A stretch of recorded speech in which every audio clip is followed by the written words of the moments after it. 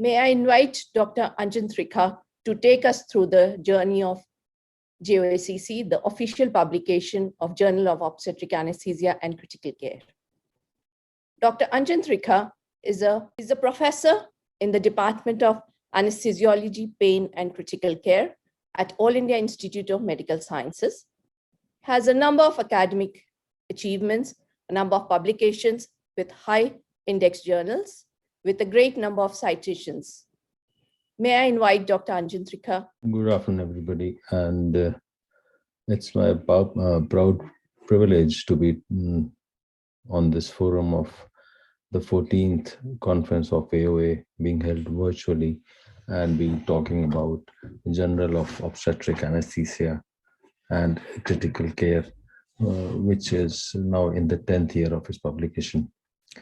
Well, this whole idea has been muted by our past president, Dr. Gupta, when she requested me about 11 years ago to be bringing out a kind of a newsletter about something about obstetric anesthesia and critical care. And earlier on, I started doing that. And after having brought a couple of them out, we decided to move ahead with the journal. So JOACC took place. It was born. And I remember in my first editorial, I had mentioned that a child has been born without labor analgesia. The APGAR has been fine. There have been a bit of accelerations and decelerations during its birth, but because the baby was healthy, the APGAR was good, the outcome would surely be good. I had written that long ago, and I have written this in the present editorial also. I never could imagine, to be honest, that this would go on for 10 years. This went on for 10 years just because I had a great support from my AOA office bearers, starting from Dr. Gupta to Sunil to Anju, to Kajal, to Ketan, to Shilpa, to everybody, to Ravindra. There have been so many people in our executives body over the years who have supported us and supported me, especially for my journal, and have been able to bring it out. Well, JOACC is only the second journal which is dedicated only to obstetric anesthesia and critical care. All over the world, there's nothing like this other than one else, which you are all aware of, the International Journal. So I've had my own share of problems. I have been able to bring it out without getting in any advertisements in the journal. Maybe just once we could get some people to put an ad in our issue, but most of them have been funded by the association, and we have been able to bring about the hard copies, and they are distributed free of cost to all the members as far as they continue to be our members, and that is just by paying once in a lifetime registration money to become the members. Over the years, we've had tough times, primarily because initial on it was a problem to bring out good articles, to request people to write good articles for us, so that it becomes more informative and people start reading it. From day one, we have been part of Medno and then Walter Kluwer, which is a very nice platform, and we've had now excellent response from our members. We have grown in numbers till date. I have been bringing just about 2 issues in a year, because my aim was to limit the issues but come out with material which was good, which was interesting, and which added to the knowledge of all the readers. Over the years, we've realized that the print copies have becoming costlier, expensive. The postage is becoming expensive, and many times they are not delivered to the correct addresses, and that involves a lot of money. Somehow I have been able to convince our office bearers of the association to spend money on this aspect, and I think we'll be able to do that for the next decade also. This issue of ours has a new cover. Earlier on, our cover was green in color. Now it is blue in color with slight amount of variations, and it was our president's idea, Sunil's idea, to change the color after 10 years. So it's good. Now the baby which was born 10 years ago is now a young child, 10-year-old. Like all children, the hormones of this 10-year-old child have started going haywire. There have been pressures, there have been peer pressures on this journal also to get it PubMed indexed. To be honest, till date, I have not really applied for indexing in PubMed, because I think that unless I have reached a level, I should not be doing so, because once it gets refused for a couple of years, and I have let it be the publisher's call as to when they would like me to submit it for PubMeding. Over the years, as you have seen, every 3 months or every 6 months, there's a new journal which comes out for various reasons. We have seen this happening all over the world. Each one of us have been being requested to write articles for various journals, and this is becoming a good business as far as money making is concerned. I must acknowledge that for us, JOACC, as we call it, is not business. It's just sheer hard work, sheer will to come out with something which is good to read, which comes up with good scientific articles, viewpoints, review articles, which are good for all students, practicing anesthesiologists, and people who really don't totally do obstetric anesthesia, let's say all the time, but they do it once in a while. If you see the amount of citations we have got and the amount of number of times our articles have been downloaded or read by various people, one feels very good. As a chief editor, founding editor, I feel very good about it, and I think I must accept that at times I have been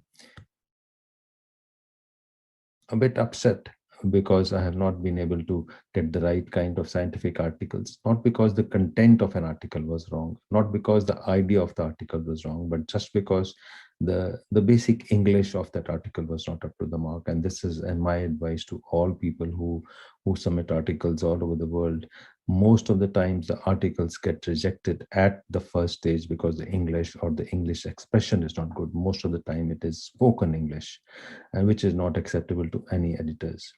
So I would request, and I would tell to all people who are into sending articles for publications, that if you're not good in English, and there's no harm in accepting that you're not good in English. English is not our mother tongue, let's be honest. So it's always nice, it was always scientific to involve somebody who can really edit your article in the right way, make it a bit more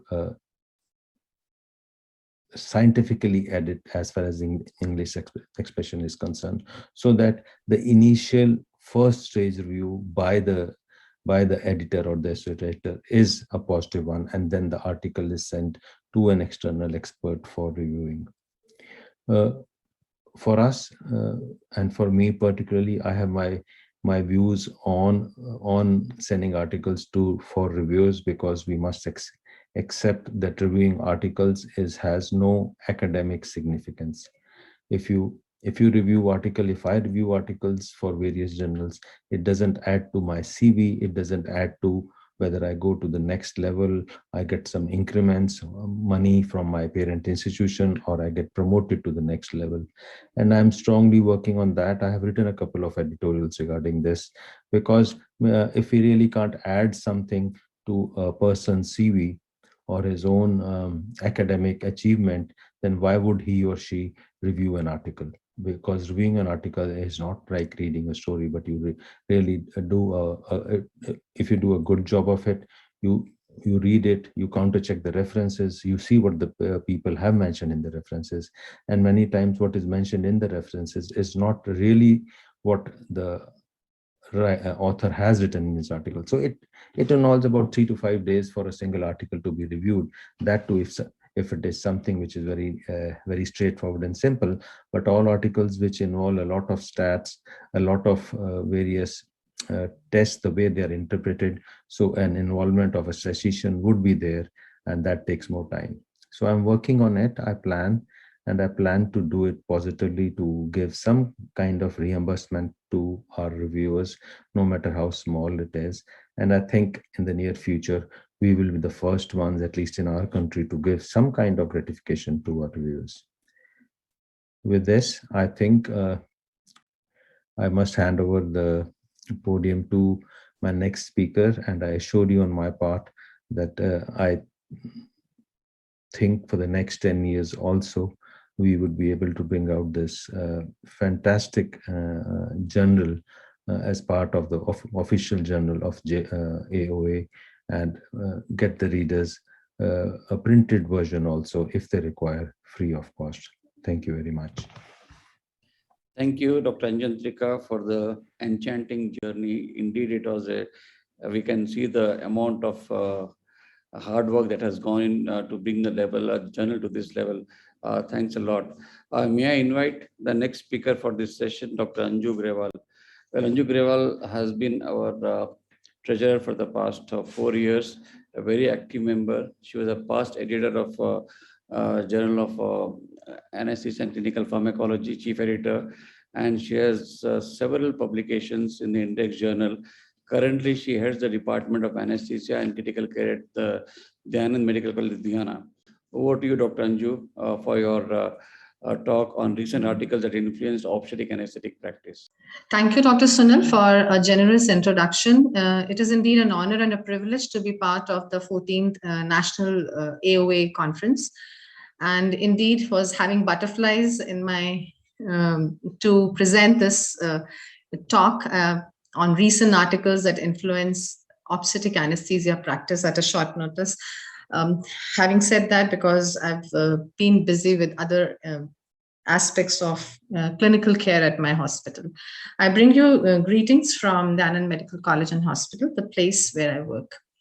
In the next 15 odd minutes, I'll be talking to you about certain articles. And as I started to ponder on this particular topic, I thought we need to take focus on articles which actually led to not only a paradigm shift into clinical practice, but more focused onto our clinical scenarios, especially into the Southeast region, especially Indian region where I belong and I work. So I thought I should focus on the bread and butter of anesthesiologists, and that's anesthesia for cesarean sections, and what are the pertinent topics or the articles that have actually led us to get into safer practices into this area. So we'll be looking at the articles that have actually changed and helped us deliver safe obstetric general anesthesia. We'll look at very shortly, acutely, I would say, at the difficult airway guidelines, taking care not to take away Dr. Mary's talk from her, and then look at a change that has come in the use of vasopressors, especially for spinal-induced hypertension, knowing very well that that is another form of anesthesia that we all practice, right, day in and day out for all our cesarean sections. And of course, we'll touch the ERAS protocols that are coming in big way into our practices, and then of course look at means to audit our practices and have better, safer maternal care to our mothers. So if you look at this particular article, which just caught my attention, is an article that comes from low-income and middle-income countries. It's a systematic review and a meta-analysis that had looked at anesthesia-related maternal mortality. And what they found in this particular meta-analysis, at the risk of death from anesthesia in these particular setups, and especially the kind of setup we all work in, was somewhere to the tune of 1.2 per 1,000 anesthetics given. And anesthesia per se contributed to 3.5% of these deaths, which were like of all the direct maternal deaths that occur, and 13.8% of deaths were after cesarean delivery. One of the leading causes that were there were failed tracheal intubation, pulmonary aspiration, high spinal block, which accounted for a large fraction of these deaths occurring across in this particular. This has been further reiterated by this beautiful article, and I would actually, though it comes 6 years back, was published 6 years back, it is something that I would recommend all the newer generation of anesthesiologists, the budding obstetric anesthesiologists, to have a read of this, a reread of this, and this actually talks about a 17-year literature review of failed tracheal intubation during obstetric general anesthesia. And mind you, this comes from UK, which has the lowest rate of deaths occurring secondary to anesthesia, right? And what they found here is that one mother died out of 90 failed intubations, and that led to actually 2.6 per thousand anesthetics delivered. And again, deaths were mainly ascribed to aspiration, hypoxemia, and airway obstruction in esophageal intubation. Indeed, esophageal intubations were detected too late, and a rescue in the form of either a front of neck access or a second generation laryngeal mask airway came in pretty late, leading to poor outcomes. And hence, this is a wonderful article, again, coming from the same group of Dr. Mary Mushambi, which have actually described very well how to conduct a general anesthesia in obstetrics safely and manage a failed intubation to ensure good outcome for mother and baby. Now, this is extremely pertinent, having known that we all understand that in current times, the amount of experience that you get to administer general anesthesia into our setups has actually gone down, and hence training has taken a big backseat into general anesthesia, therefore making us all the more lose our skills as far as airway skills and managing these mothers is concerned, especially when general anesthesia is needed for these patients.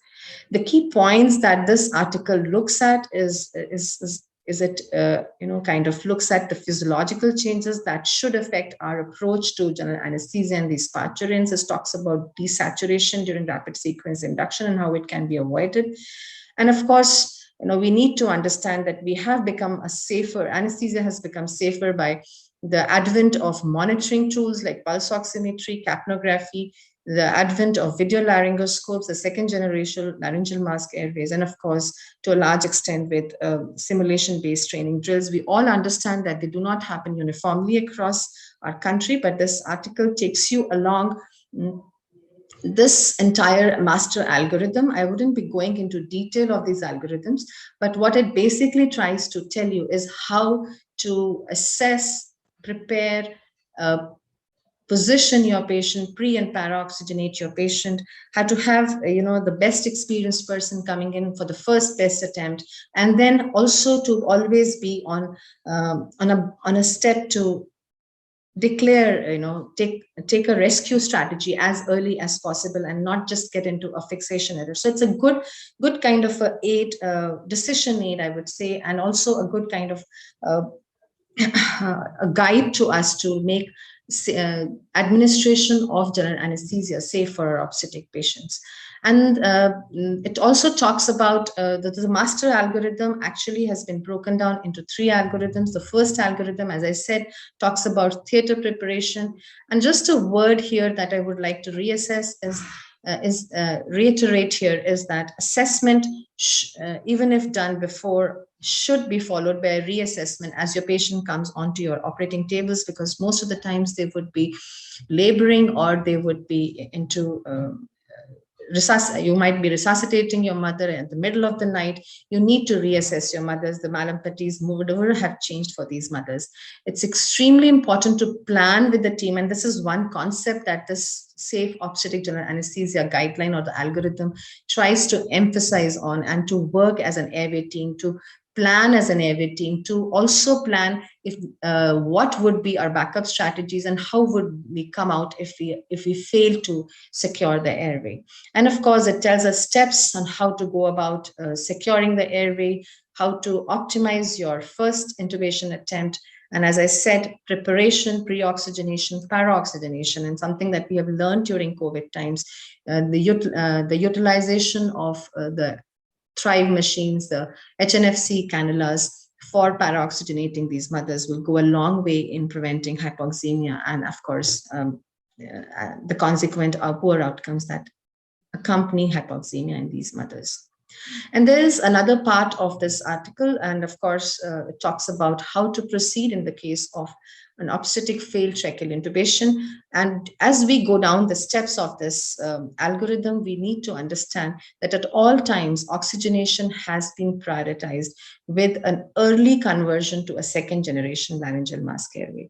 Now, because the way the second generation laryngeal mask airway plays a huge part in this obstetric failed tracheal intubation algorithm, there have been a plethora of studies that have looked at use of second generation laryngeal mask airways in category 2 and category 3 cesarean sections. Of course, studies looking at use of this second generation LMA as a sole airway device in category 1 cesarean section are still not forthcoming, especially as to safety data is concerned. But indeed, it is a good device which can bail you out in multiple scenarios and multiple times. And then if you do land up in a CICO situation, it actually takes you down. And one of the biggest changes that it talks about is to administer neuromuscular blockade, ensuring that that is there is a profound neuromuscular blockade, as not only would it help in your rescue maneuvers like bag mask ventilation, but also would help in performing the front of neck access, which is one of the most, I would say, stressful and time-sensitive procedure at that point in time. And the beautiful part of this article is that it also gives you a very good guide on what are the factors to consider when you are faced with the dilemma of whether to wake or proceed the mother in case of a failed airway or a difficult airway or a kind of a crisis in the airway management. And it also lets us know what are the irreversible causes where you would have to actually, proceed with the cesarean section and not abandon the mother. And then how would you manage the mother, the parturient, in case you need to wake up or you need to proceed with surgery. What we need to remember that at all times, we need to maintain oxygenation and prevent aspiration, because these are some things that can occur even while you're awakening your patient or proceeding with surgery. The latest advent, and I would say one of the articles that will probably has a lot of potential to change our practice is in a scenario where there is an anticipated difficult airway during obstetric general anesthesia, and again comes from the same group, and they have a very well illustrated decision aid where they kind of try to look at various clinical characteristics, the equipment, the personnel, the skills available, and considering all of these, they kind of categorize, risk stratify the patients into low risk or high risk for needing obstetric general anesthesia, especially during odd hours. And therefore, this is perhaps the first time that as an anesthesiologist, perhaps we could recommend an elective cesarean section for an airway indication. And then, of course, goes on to help us to consider factors that would make our patients safer to administer general anesthesia in case they are needed. Another article that caught my attention, and I believe will go a long way in ensuring best practices and safe practices, and of course change practices across the smaller areas of our country, the smaller setups, the private setups of a hospital, is to look at this article by our own Dr. Geeta Nath, who comes from Hyderabad, and of course, Dr. Muhammad Basim Athar from the University of Arkansas at US. And this looks at anesthesia for cesarean delivery and looks at the best practices. And what it basically tries to tell a novice as well as an experienced obstetric anesthesia provider is not only it tries to tell you the advantages and disadvantages of using the various anesthetic techniques. We all are aware that we choose a single shot spinal more frequently than we choose a CAC or an epidural, depending upon our skills.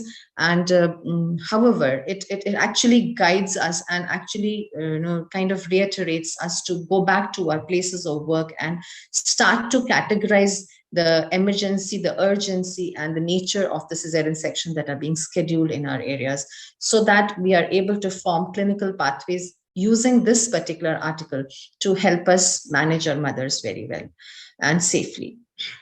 What I really loved about this article is a very easy flow chart for management of failed spinal anesthesia, where they kind of give us a kind of a broad guideline as to how to proceed in case there is a failure of the spinal anesthesia, and something that we do more often than general anesthetics for our cesarean deliveries, right? So I believe this is something like a kind of a decision aid again, and a quick reference for us in our operating rooms where they can help us to decide on how to go safely for our mothers. So to summarize this article, basically they have looked at the surgical and anesthetic practices which needs to be optimized to achieve the best maternal and neonatal outcomes. They have looked at the prophylactic measures, the use of, pencil point needles. They've recommended them so that we can minimize, rather avoid the incidence of post-dural puncture headaches. Looked at prophylactic measures to avoid spinal-induced hypertension, which is so important to maintain uteroplacental perfusion and fetal physiology.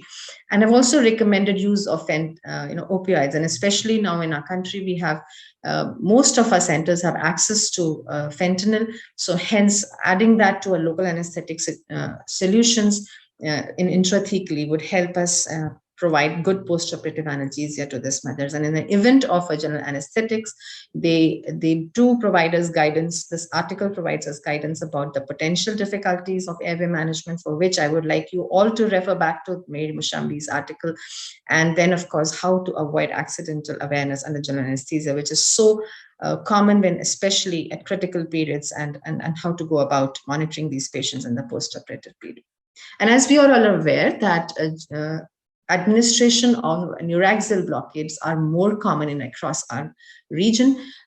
This is a recent article which talks about a consensus statement, which talks about administration of neuraxial procedures in obstetric patients with thrombocytopenia.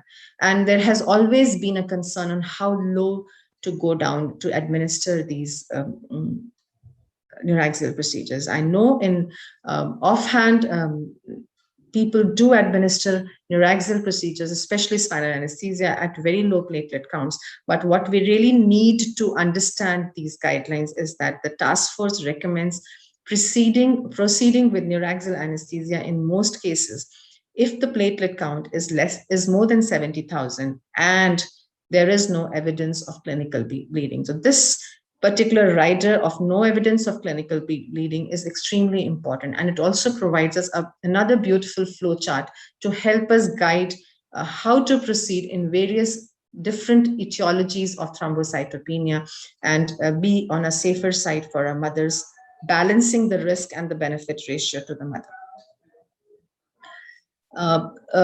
Another paradigm shift that has occurred is in the use of vasopressors during spinal anesthesia for cesarean sections.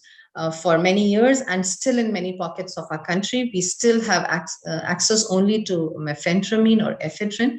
However, we all need to really update ourselves about the use of phenylephrine as a gold standard. But there has been recent articles which have showed concerns about reflexive bradycardia and a drop in the cardiac output with the use of phenylephrine. And therefore, there is a new kid on the block, the norepinephrine, which has mild beta-adrenergic activity with an equivalent pressor activity up there.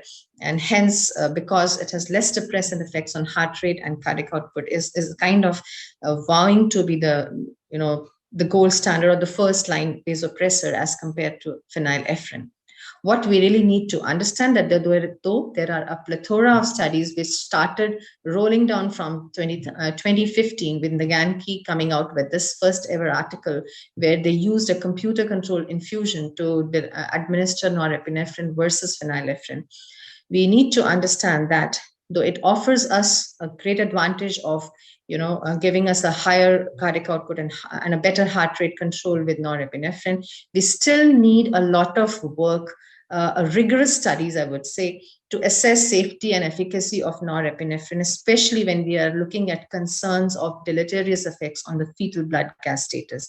A recent meta-analysis and a systematic review which looked at around 1,400 patients who were part of these RCTs could not actually, still placate our concerns on the effects of fetal acidosis and with the use of norepinephrine infusions or small dilute boluses. Until that time, till we get a clear answer, we still have phenylephrine as our first line of vasopressor. And of course, in most of our places, we still use ephedrine, but would recommend that we graduate to phenylephrine and start using these things. A big change that has come in, and of course, is the thought and a lot of plethora of studies on enhanced recovery after anesthesia for elective cesarean sections. And this, of course, started rolling in 2015 with this article. In this article, which looked at the different aspects of perioperative care for enhanced recovery protocol, and they kind of proposed various aspects of perioperative pathways and how would we help to enhance the recovery of these parturients. And this led to, again, a multitude of articles, randomized trials, systematic meta-analysis. We have one coming from our country, and I'm really proud to see Dr. Sunanda Gupta as part of one of the trials up there from Udaipur, and editorial coming from our own JOACC by our chief editor who talked to us just prior to me. And they have all looked at how can we use this particular protocol to enhance the quality of care, not only the safety. So we have looked at safety using the various path-breaking articles, I would say, that I've shared with you. And of course, this takes you a step forward to look at enhanced recovery and improving the quality of care that we give to our mothers.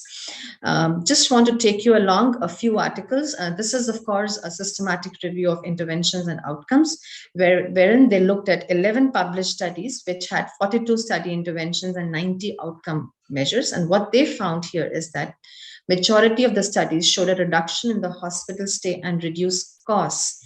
But what they found is that there were some benefits, but none reported harm to the mother or to the neonate. And hence, there is a recent article that in Anesthesia Analgesia, which gives us a consensus state recommendations for the protocols that we can, recommendations that we can start to incorporate into our clinical practice using the Iraq recommendations for cesarean delivery patients.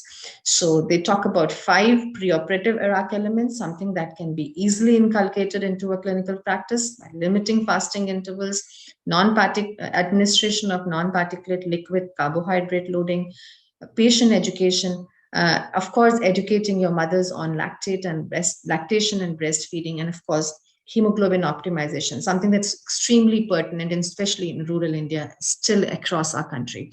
And of course, they look at 9 intraoperative Iraq elements, ranging from prevention of spinal-induced hypotension, something that I talked to you. So we really need to look at acutely at our hypotension. Most of the time we would actually look at our blood pressures and start treating them once they are below a 90 systolic blood pressure for the mother. I would rather recommend that we monitor them closely and try to maintain their blood pressures, a systolic blood pressure within 10% of their baseline. Maintenance of normothermia, something which is quite neglected, especially in the northern part of our country, where it start to get cold now for the next 3 to 4 months. Optimization of uterotonic administration, talked very well by Dr. Balki just prior to in the previous session, and of course antibiotic prophylaxis, looking at IONV, and there is a systematic review that again talks about PONV prophylaxis in these mothers.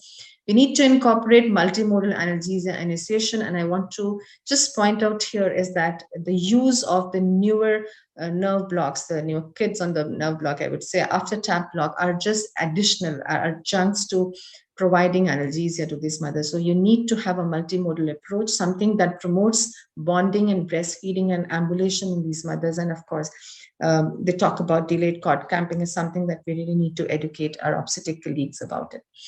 And then, of course, they talk about 11 post-operative Iraq elements, again, on early mobilization, good early oral intake, resting periods during promotion, resting periods between feeding the baby, and of course, early urinary catheter removal, the VT prophylaxis, anemia remediation, again, very important in our country, and then continuing the multimodal analgesia into the post-operative period, not letting your mother get into chronic post-surgical pains. So to sum it up, I would say that we need to ensure that all our women receive the best obstetric anesthesia care.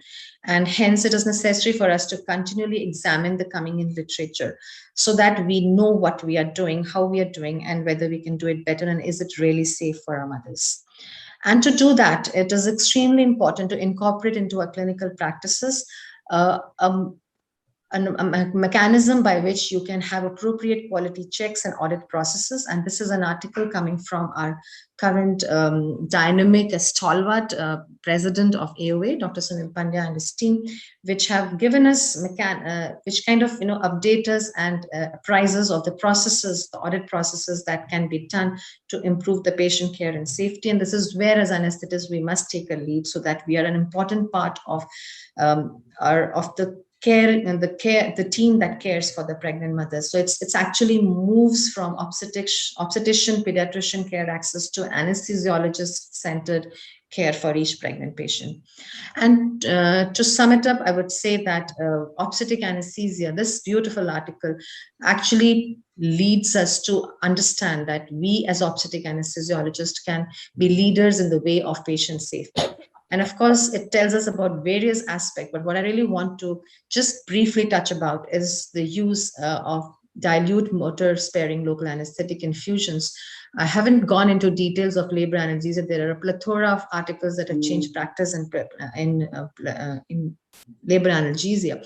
But what is important for our particular scenarios, clinical scenarios, is to move on to using dilute motor sparing local anesthetics, which have been shown that they do not increase the second stage of labor and also enhance the rate of successful vaginal delivery. And of course, centers need to move from Whittaker Quincke needles to the cutting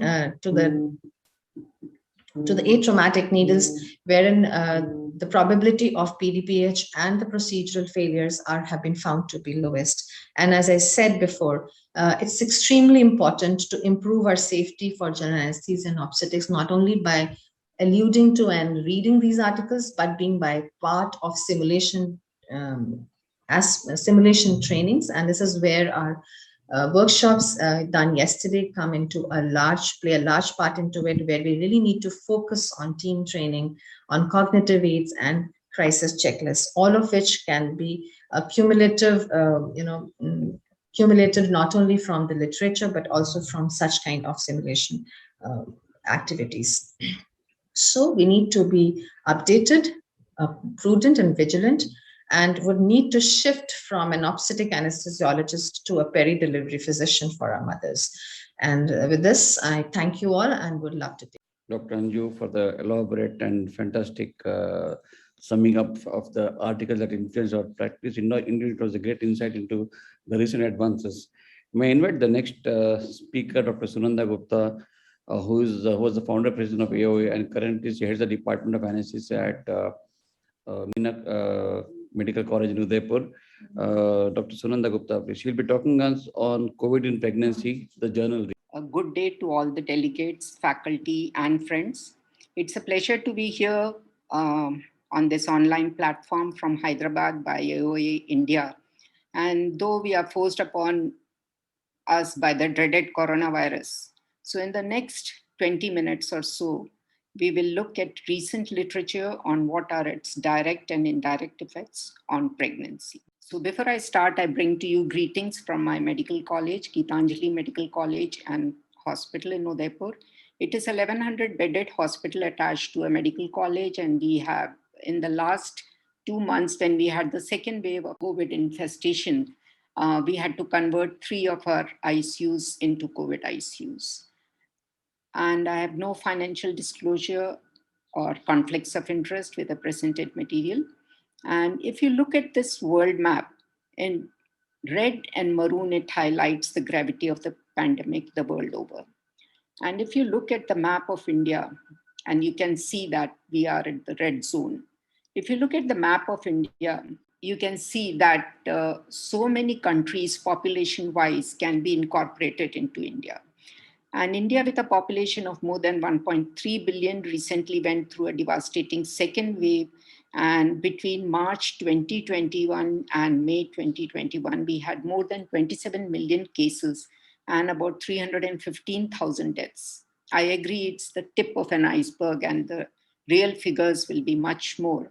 But at present, because of the varied states, the governments, and many other factors, Kerala and Tamil Nadu and also Maharashtra and Meghalaya still are grappling with the COVID situation, while where I come from, Rajasthan, Udaipur, we have just about maybe 10 cases per day, which is coming up. So you can understand how difficult it is for our country to contain this virus. Now, there are a lot of recommendations and guidelines which have come up. And one comes from Nuala here. Then there are some Indian guidelines, which comes from Anjan Trikha, and Kajal Jain again spearheaded a guideline which comes from all of us at AOA to look at the management of pregnant laboring women who are infested with the COVID virus. So I come to the first article which I found interesting, and this comes from Lancet, which was published in 2021. And this is the largest hospital-based study across 5 states of India, and Assam, Maharashtra, Uttar Pradesh, Himachal, and Meghalaya. And it looks at about 15 hospitals, both public and private hospitals. And they included 15 months of study was in the pre-COVID period, and 15 months was during the COVID. And there is what they thought was that Manisha Nair and her team from UK, they found that there is a significant gap in understanding the impact of the pandemic on the incidence of institutional births and case fatality ratio following severe maternal complications. And in the trends of institutional births, this indicates the access to healthcare services. And so it is a grave situation there. The survey has been ongoing from August 2018.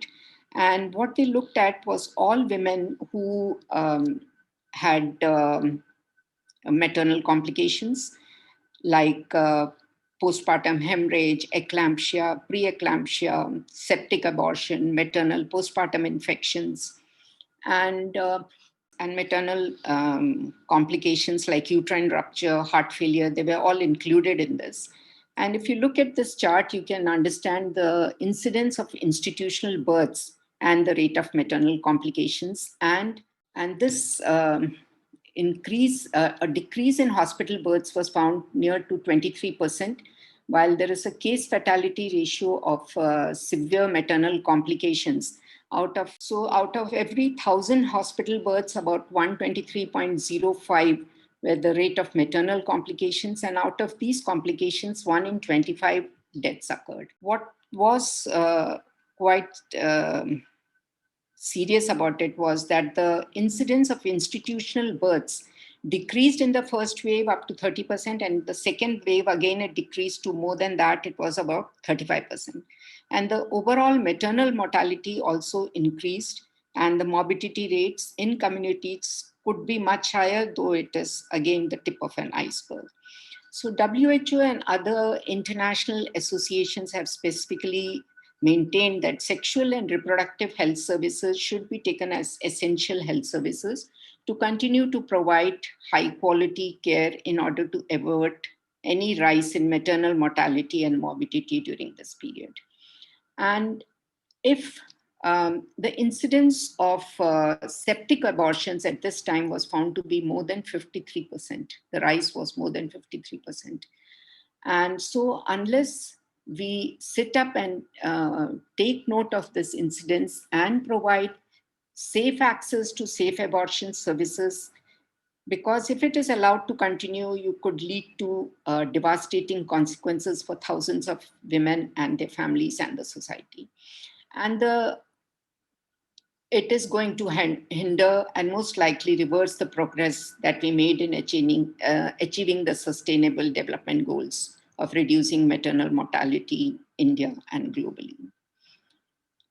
So the second article which caught my eye and was interesting was this article which comes from the French group, the CARO working group, and it looks at coagulation changes and thromboembolic risks in the COVID-19 part events. Now, in obstetric patients, the interpretation of coagulation tests and possible abnormality may be even more challenging as they are confounded by pregnancy-induced coagulation changes. So in normal pregnancy, you find the fibrinogen, the D-dimer levels increase, the platelet count decreases, the APTT and prothrombin time decreases because of an increase in the coagulation factors. Now with COVID-19 infections, you find that fibrinogen and D-dimers increase, platelet count may stay stable or it could cause thrombocytopenia, and there is a prolongation of APTT and PT, and this also leads to an increase in the INR levels. So what happens is that microthrombi or macrothrombi can form because of the pathogenic role of the inflammatory status, and most of the associations advocate use of LMWH. So for the obstetric anesthetist, it is a significant challenge whether to use general anesthesia or neuraxial procedures. So hypercoagulability increases the morbidity in these patients, and thromboembolic events may occur both during and after pregnancy. So what they recommend is that wherever it is confirmed or suspected COVID, you should always get the platelet count, APTT, prothrombin time, the clotting time, fibrinogen, and D-dimers done. And LMWH, many associations advocate using it blankly in all patients. But in the postpartum period, it is important to see whether it was an vaginal delivery or it was a cesarean section. So accordingly, you decide on the duration of continuing the LMWH in the postoperative period. The third important article that I saw was the adaptation of an obstetric anesthesia service for the coronavirus 2 pandemic, description of checklists, workflows, and development tools. This is an interesting article, and this comes from a tertiary care teaching facility, and it is a regional referral center for Beth Israel and under the Harvard institution. And there are 15,000 deliveries which occur annually. And it is a quality improvement study. Now, what they did was that the development of these critical adaptations was performed using, so the intent of the study when they started was that to provide full and equable services for both the COVID positive and the COVID negative patients, rapidly adapt to new workflows. Whenever crisis sets in, you should be able to set in new workflows, maximize the safety of the healthcare workers and the patients, minimize the risk of contamination during the procedures, and optimize the supplies and materials. So this was achieved by adopting the cyclical improvement methodology and in combination with the plus delta debriefing. If you look at labor analgesia, the procedure specific packs which they created, you'll see there are medications, there are additional materials and pre-made bags which they used. And this consists of checklists, procedure specific packs, and guidance graphics. Now, these underwent 2 cycles of small group simulation. And after each use, the workflow underwent, what should I say? It was redesigned and using the cyclical implement process. And once plus delta debriefing was done on these simulations, they found that by next week, they did not require any changes in these work lists. So using a cyclical improvement approach always provides rapid design and refines the workflow of each live case. And to achieve final products, you can do it very quickly. So they created such procedure-specific packs so that they could also reduce the wastage that occurs with these equipments. So they concluded that collectively these workflows and tools allowed our staff to urgently care for patients in high-risk situations without prior experience. And over time, we refined the workflows using a cyclical improvement system. We present our checklists and workflows as well as the system we used for their development so that others may use them to their benefit. The fourth article, which I found interesting, was the critical obstetric patients during the coronavirus disease, operationalizing an obstetric intensive care unit. And this comes from Ruth Landau and a group from New York. And what spearheaded this program was the incidence of SARS-CoV-2 infection among the pregnant women admitted to the labor delivery units in New York Hospital, which was 15.4% with 4.7% of them critically ill. So it became amply evident by March 2020 that the institution ICU capacity was overwhelmed and they would not be able to send their critically ill obstetric patients to the regular ICUs. So for this primary reason, they decided to create intensive care units in their labor delivery units. And the guiding ethos, the primary goal was, of course, to follow a crisis model, management strategies to secure appropriate staffing, space, and supplies. And the secondary goal was to increase the critical care knowledge and competency among providers at all levels of healthcare workers, and ensuring provider safety by implementing standards for personal protection, and also maintaining optimal communication, adaptability, and collegiality in a constantly evolving environment. So this was the model that was routinely used in their ICUs, wherein the ICU attendee, the attending, the second call, first call, and nursing. This was the pyramid that was formed in their regular ICUs. And what they realized at this time, that in response to the pandemic, to create a continuously fully staffed OB ICU in their LDU, they needed to replicate some of these points into their obstetric ICU. And they recognized that to provide optimal maternal and fetal care, they would need to create separate models, care models for the antepartum care as well as the postpartum care.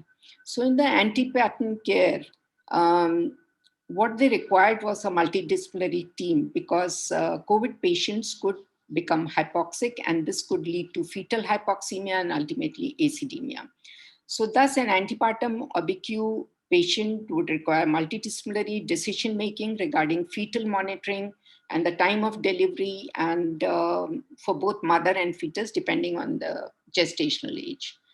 And in the postpartum period, the postpartum model would definitely would require shared decision-making, but lack of fetal concerns in the postpartum patients would not require them to be continuously present. So the obstetric anesthetist goes up high on the pyramid.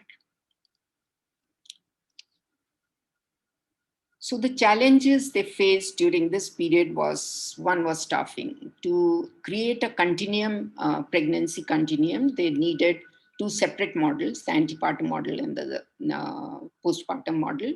Then space, creating space for donning and doffing, and then creating space and turning the operation theaters into negative air operation theaters was a challenge. Then contamination of the supply chains. Now, contamination of the equipments which were lying in the COVID positive rooms were a cause for concern. They had to streamline supplies which were sent into those rooms. Then admission indications or protocols had to be created between with collaboration of the medicine, fetal medicine obstetrician, the fetal medicine specialist, and the anesthesiologist. And education in critical care was required because none of them had much experience about taking care of critically ill patients, so that patients receive a standard level of intensive care. So these were some of the challenges, and they could overcome it by a commitment to flexibility and professionalism in the face of new clinical and operational challenges, which allowed them to take care of the peripartum patients to receive high quality, safe care during a global pandemic. The fifth article, which is very close to my heart because it talks about the ecosystem, from resilient to transilient health system, the deep transformation of health systems in response to the COVID-19 pandemic. It's a very interesting article from Victoria Halden and Morgan, and I thank Mauricio who sent me this article, and I was really hooked to this one. So now as countries confront and adapt themselves to this new pandemic, makers, public health officials and political leaders, they have all rallied around one word, and that is called resilience. Now, resilience often what it focuses on is bouncing back once the pandemic is over, coming back, but they are really not worried about critically assessing whether the pre-shock normal could be attained. Now, the health systems worldwide are demonstrating to varying levels aspects of resilience as they draw on resources which are available, and resources to adapt, coordinate, track, minimize the disruption which is being caused to the healthcare systems, trying to bring normal patients as well as COVID positive patients into the operating room. So the concept of healthcare systems resilience, however, must be extended to engage with social and environmental inequalities that occur. So what we need to really do is move away from resilience and come to transilience. Now, transilience is defined as the need to account for issues of social vulnerability and differential access to power, knowledge, and resources. So a transilient health system is one that recognizes the role of the healthcare worker and the human ecological system and reorganizes it. And in response to this crisis, it takes steps to prevent imbalances in power, access to care, and health outcomes. So this is the interesting article which came in Health Policy Plan in 2021 recently. The COVID-19 pandemic, as you all know, 70% of the women are in the healthcare sector. They are always exposed to the risks of infection. They undergo psychological and physical stress. There is a lot of social stigma once they become positive, and they also suffer economic hardships because of disparity in the pay structure. And what we need to do as a transilience response is to create a chain of community health workers who will protect health, safety, and security of the female healthcare workers, break down barriers for access to the healthcare, and address ecological harms that are perpetuated. I was quite surprised to read that in Bangladesh, a recent report which came from April 2020, Bangladesh alone created about 14,500 tons of waste was produced, and putting about 40,000 informal waste collectors, we call them rag pickers, at risk of contracting and spreading the COVID-19 virus just because there are gaps in the health system waste management. So we need to be very, very cautious about it. And when we plan out, when the politicians, when the healthcare workers plan out their strategy for managing an pandemic, they should also be looking at sustainable healthcare, well-defined waste management ecosystem, and active and rapid decarbonization. All these are very important, crucial for health and well-being of the future generation. On 17 September 2021 was the World Patient Safety Day, and the theme this year is Safe Maternal and Newborn Care. And they have engaged multiple stakeholders to adopt effective and innovative strategies to improve maternal and newborn safety, especially during childbirth. So finally, the take-home message: what are the lessons we have learned in this pandemic?